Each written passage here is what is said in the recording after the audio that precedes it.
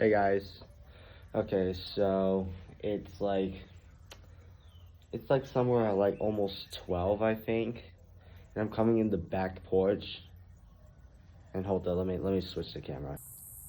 Look at this guy right here. It's just on my porch. This guy is actually the largest grasshopper in North America. Look, I'm gonna compare him to my I'm gonna do a size comparison. Okay, so I have this candle thing right here. See, look, it's about almost the size of my hand.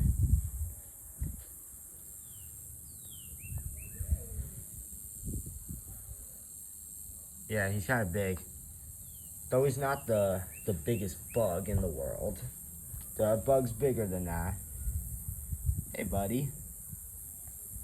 What you doing? Oh, jeez. I thought he was gonna jump at me. Wow. Look at the way he moves. He has... Oh, those wings on his back. I thought those were leaves when I found them. Like, oh, so they were attached to him.